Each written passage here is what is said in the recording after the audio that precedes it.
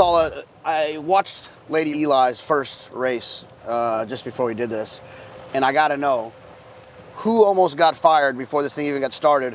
Why was she wearing the house silks? We didn't know really what silks were. I mean, we had just bought a handful of horses, the first group of horses we had owned. No one told us to get silks. So we went up there and she ran, she was the number 9. She did win the race. And then afterwards, Chad said, hey, we're gonna go to the Miss Grilla, which I had no idea what that was. And you need to get some silks. And so we had to figure out how to make them. Because she ran in the number 9, it was that light blue. So we said, all right, let's just make them in the light blue. It's easy. We sent them and pick something out, and that's how it happened. It's funny, we had Bob Edwards last week and talked about the early success that he had getting started in the game with his good horses. But I mean, you caught lightning in the bottle too. In your first group, you have a horse like Lady Eli, who is just such a special racehorse as a 2-year-old, but then she went on. The rest of her career was pretty darn special as well. Incredible horse. I mean, I don't know if we'd be as involved in the sport, honestly, if we hadn't been so lucky at the beginning. We came into it not knowing anything. I mean, we just, bought 3 or 4 horses with some buddies, knowing really nothing. And then the journey she took us on, obviously, the brilliance in her first 6 wins, and then getting sick and kind of feeling the lows.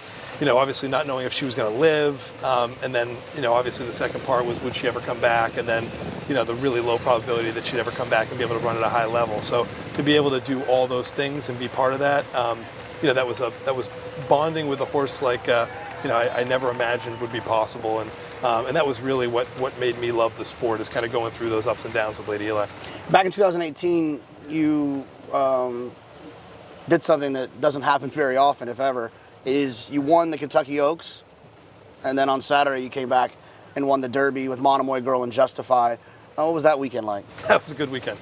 That would be a tough one to replicate. It had been, I think, 50, 60 years or something in between. Our goal that weekend was, let's win the Oaks, and, if we get lucky in the Derby, it is what it is.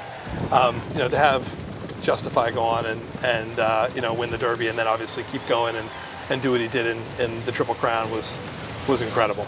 So I wouldn't say you were the first guy to start buying into horses and partnerships, but it feels like in the recent years, you're probably the most prominent in finding good horses and getting involved.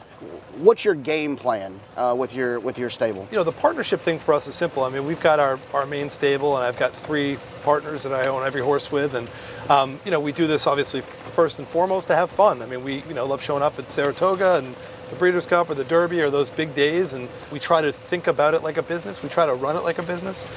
We don't make every decision with just business in mind. We get attached to the horses. We're all relatively young guys. We want to do this for a while, so we're trying to recycle our dollars, and that allows us to step back up the following year and try to find the next, Lady Eli or Monomoy Girl or whoever it might be.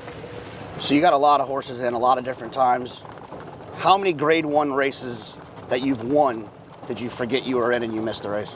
None. I've missed many races, mostly because I'm at my kids' games. But I haven't missed many Grade 1s. I don't think any. Well, this is a first on Cart Talk. I've never given anybody a gift on Cart Talk, but to wrap it up, I thought I should give you the most important silks in your stable's history, Oh my goodness. House silks for Lady Eli.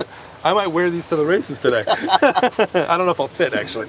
Maybe 10 years ago, but not anymore.